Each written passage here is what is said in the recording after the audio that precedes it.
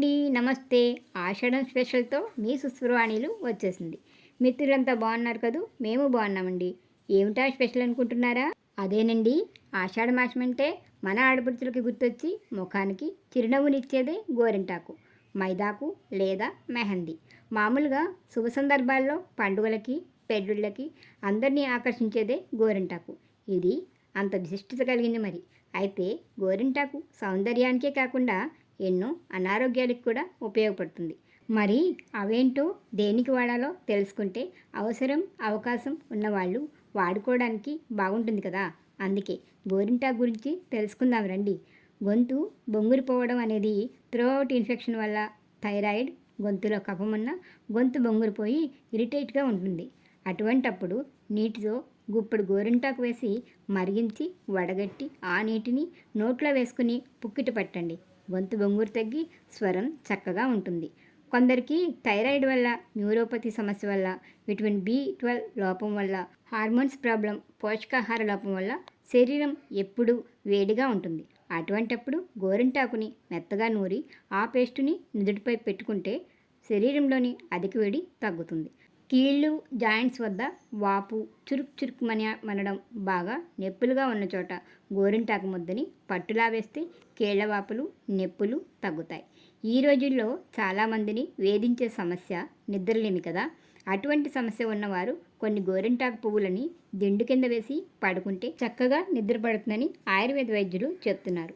బెణుకులు, నొప్పులున్న చోట గోరింట ముద్దని నొప్పులున్న చోట వేసి కట్టుకడితే త్వరగా నొప్పులు తగ్గుతాయి.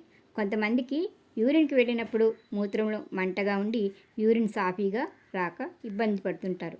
అటువంటి వారు ఒక స్పూన్ గోరింటాకు రసంలో కొద్దిగా పంచదార కలిపి రోజు ఉదయం, సాయంత్రం టానిక్లా తాగితే మూత్రంలో మంట, నొప్పి తగ్గుతుందట.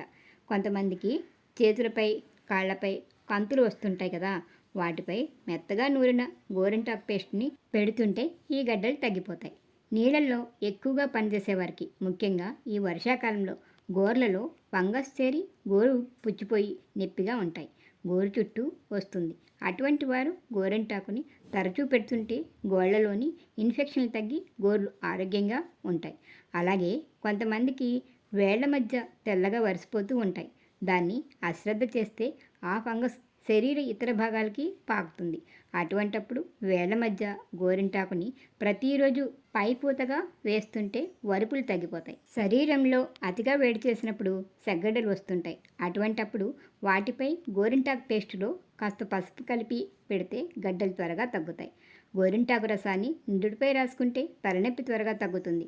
తల వెంట్రుకలు ఒత్తుగా పెరగాలన్నా, చుండ్రు తగ్గాలన్నా, జుట్టు రంగు రావాలన్నా మెత్తగా నూరిన గోరింటాకు పేస్టుని తలకు పెట్టుకుంటే జుట్టు మెరుస్తూ మెత్తగా సహజమైన కండిషనర్గా పనిచేస్తుంది. వేసవికాలం అయిపోగానే వచ్చేది వర్షాకాలం. అంతకుముందు విపరీతమైన ఎండలతో మన శరీరంలో ఉండే వేడిని బయటకు పంపడానికి గోరింటాకును పెట్టుకుంటారని మా అమ్మగారికి వాళ్ళ పెద్దలు చెప్పేవారట. గోరింటాకు పెట్టుకోవడానికి ఆడ, మగ అనేదేమీ ఉండక్కర్లేదు. ఇష్టమున్న వాళ్ళు, శ్రద్ధ ఉన్నవాళ్ళు ఎవరైనా వాడచ్చు. గోరింటాకుకి స్పెషల్ డేస్ కూడా ఉంటాయండోయ్. అవే పెళ్లికి ముందు మెహందీ డే, నార్త్ సైడు తీస్ పండుగ, కోనసీమలో అట్ల తద్ది, ఉండ్రాల తద్దికి గోరింటాకును శుభకార్యాలకి పెట్టుకోవడం సంతోషకరమైన సాంప్రదాయం. గోరింటాకు రసాన్ని బట్టలకి రంగులేయడంలో వాడతారు. గోరింటాకు అంటే కేవలం చేతులకి, కాళ్ళకి పెట్టుకునేదే కాదండి, ఇన్ని ఆరోగ్య ప్రయోజనాలు కూడా ఇస్తుంది. వీలైన వారు కనీసం కుండీలోనైనా చిన్న మొక్కని పెంచితే బాగుంటుంది కదా! నేనైతే తులసి, పుదీనా, కొత్తిమీర, గోరింట, వేప ఇలాంటి ఆకుల్ని రోజు ఏదో ఒకటి తినేస్తాను.